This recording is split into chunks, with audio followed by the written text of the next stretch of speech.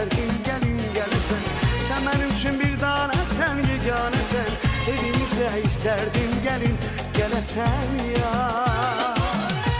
Nazlı nazlı yarım, ey gül yüzlü yarım, şirin şirin hayalım.